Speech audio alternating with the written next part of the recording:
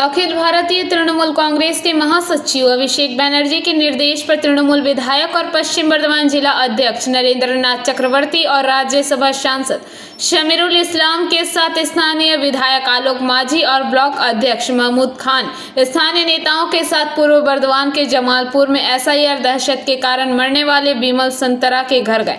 जमालपुर के नवाग्राम में ओडिशा पाड़ा के निवासी बिमल संतरा भूख के कारण तमिलनाडु में प्रवासी श्रमिक के रूप में काम करने गए थे। मृतक बिमल संतरा ने 31 अक्टूबर को जहर खाकर तमिलनाडु में आत्महत्या कर ली थी। आज राज्य तृणमूल कांग्रेस की ओर से असहाय परिवार को 3 लाख रुपए का चेक सौंपा गया और यह संदेश भी दिया गया कि तृणमूल कांग्रेस हमेशा परिवार के साथ है। शमीरुल इस्लाम और नरेंद्र नाथ चक्रवर्ती ने कहा, केंद्र की भाजपा सरकार आम लोगों में दहशत पैदा कर आम लोगों को गुमराह कर रही है। একদম অভিষেক বন্দ্যোপাধ্যায়ের সঙ্গে আছেন, কারো নাম বাদ যাবে না, কারো হিম্মত নেই কারো নাম বাদ দেবার। একদম নিশ্চিত ফর্ম পেয়ে গেছেন, সব আতঙ্কের যেন না হয় ফর্ম ফিল আপ করবেন। আচ্ছা আচ্ছা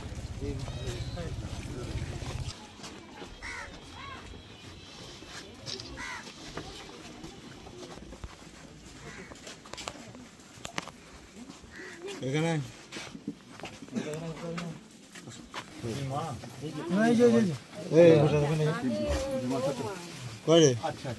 দাদা তুমি দিকটা ঢুকে এমএলএ কোথায় দাদা মেমো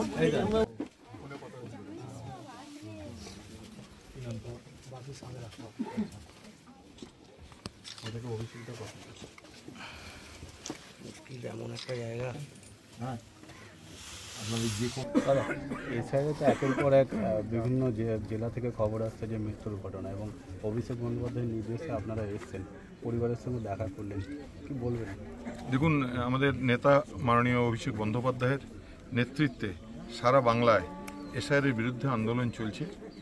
অভিষেক ব্যানার্জি একটা কথাই বলেছেন যে একটা বৈধ ভোটারের নাম বাদ যাবে না। আর বিজেপি যেভাবে বাজারে হাল্লাবাজি শুরু করেছে, যেভাবে দিল্লির জমিদাররা মানুষের মধ্যে আতঙ্ক ছড়াবার চেষ্টা করেছেন, তার ফলে অনেক মানুষ ভয় পেয়ে গেছে। তারই ফলশ্রুতি আজকে আমাদের আমরা বিমল সাঁতরার বাড়িতে এসেছিলাম। একটা পরিবারের মানুষ তামিলনাড়ুতে মারা গেলেন।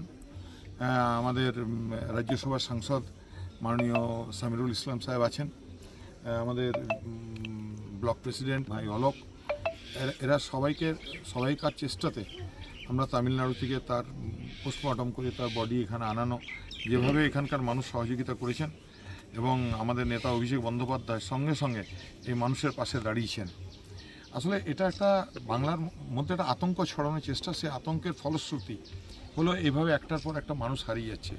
আজকেও ধনিয়াখালীতে একজন আদিবাসী মহিলা তার বাচ্চাকে নিয়ে 6 বছরের বাচ্চা মেয়েকে নিয়ে বিষ পান করে নিয়েছে এবং মৃত্যুর সঙ্গে পাঞ্জা লড়ছেন। এই যে আতঙ্কর পরিবেশ যারা সৃষ্টি করেছে তারা কেউ বাদ যাবে না। তারা ভাবছে বাঙালি কিন্তু জেগে উঠছে। এই গ্রামে গঞ্জের মানুষ একটার পর একটা মানুষ এই কাগজ খোঁজার তাগিদে, এই কাগজ কোথায় পাবো, এই যে হুন্নে হয়ে ছুটে বেড়ানো, এটা কিন্তু বাঙালি কিন্তু সুদে উসলে নেবে, কিন্তু বাঙালি কিন্তু ছাড়বে না।